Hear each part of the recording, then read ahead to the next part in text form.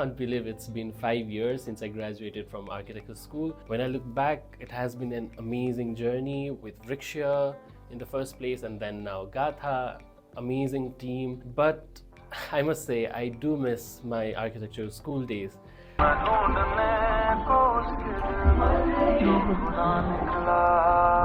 So there was this recent urban design studio that I applied to, and I felt like I was back in the school again, not just because I was among 11 other students, but also because design studio is somewhere you focus more on the process of designing rather than the final output.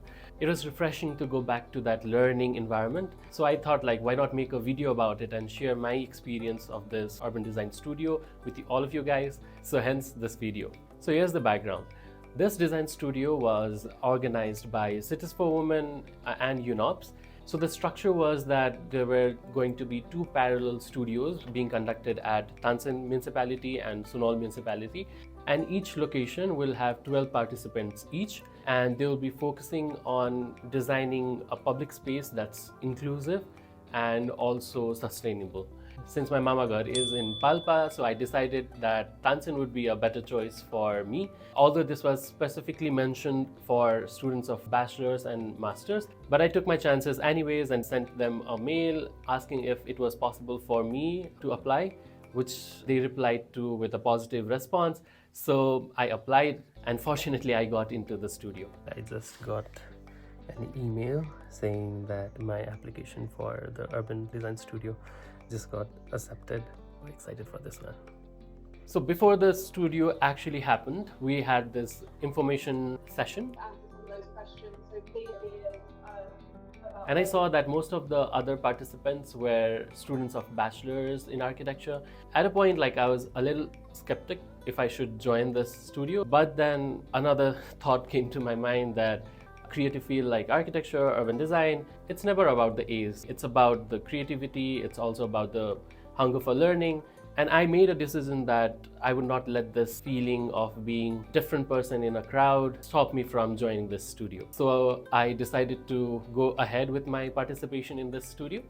After that, they also had this amazing boot camp where different designers, architects, planners from all around the world presented their paper. There were online presenters from Spain, UK, all over the world, and also like physical participants from Nepal. They all shared their experience in designing a public space in urban context. And since all of these presentations were so interesting, they got me all excited for what's to come ahead.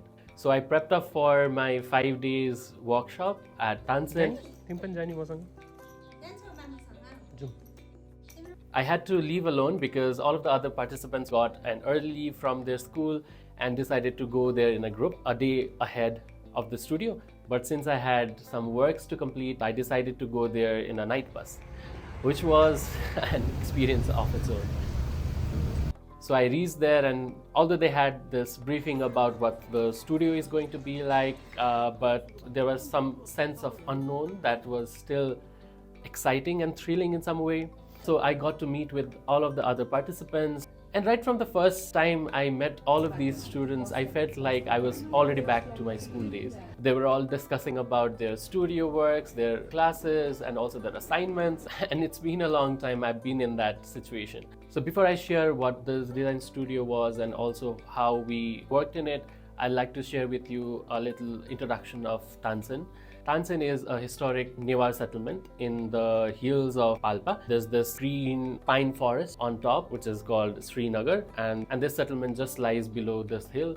And it's a 20 minutes of drive from the main highway. So if you have been to other Newari settlements in Nepal like Patan or Bhaktapur, it's kind of similar, but the terrain is in a slope land. It was kind of a familiar environment, but then it was also in a different terrain. So it was exciting to be there. So talking about our site, it was this huge piece of green in the middle of the city, and it was accessible from many different places. It also had this historic Hindu temple called Amar Narayan inside it, and also like different pieces of land scattered around which were connected through one pathway already. But then each of them had been developed in some sort of way throughout the history of time. But then there was nothing significant that was happening there. The locals were using some part of it, while the other parts were getting neglected Although the municipality had made its effort to get the public space used, we could see like it was not getting enough attention and the public space was not being used at its fullest potential. So that's where the design studio comes in. 5 days, 12 participants, mentors, and a design process that includes the voices of the people, their requirement, and also a touch of creativity. And I must say, these 5 days were not simple. We had to be at the field, observe around, talk with people, interview. There were also these formal meetings that were organized by the organizing team, where we participants could interact with different groups of the community. Since we strictly had to design an inclusive park, we got to meet people from LGBTQ community, the elderly people who use the park, the children, and also the women of the community. For all of these 5 days, we rigorously worked at field and also in groups, researching, sketching, designing. I can't stress this enough. It was exactly like what it was during the school days. For most of the students, it was the first time they were presenting their design to non-designers who are not their teachers. So they were really excited about pitching their design ideas to the local public and getting response from them. And talking about the other participants, they were really fun-loving and energetic students. I felt like I was among them. We used to joke around, pull each other's legs. Oh, gulmi aayo. And randomly cut some cakes in the middle of the night. And I must say I had amazing time with them. Once apart, the studio ended with us presenting our designs to the local public. We got to hear a lot from them. The studio was focused on teaching us how to design a public space that can be used by all genders, all age group, and inclusive to all of the people from the society. So in this studio, we learned different methods of designing public spaces like observation, mapping, co-design, among other things. So it was exciting to know that the public respected and loved this design process where we designed with the community rather than for the community. So after our studio ended, all of us, the participants, we went for camping on a riverside nearby. So it's near to this historic monument called Rani Mahal. And we had amazing time camping. We did barbecue and whatnot.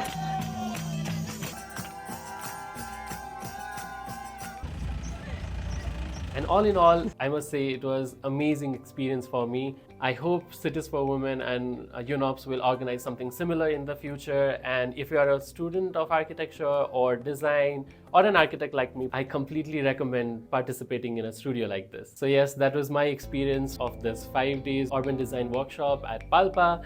I must admit I had this small break from making videos, but I assure you that the videos are coming regularly now, and I'll see you in the next one.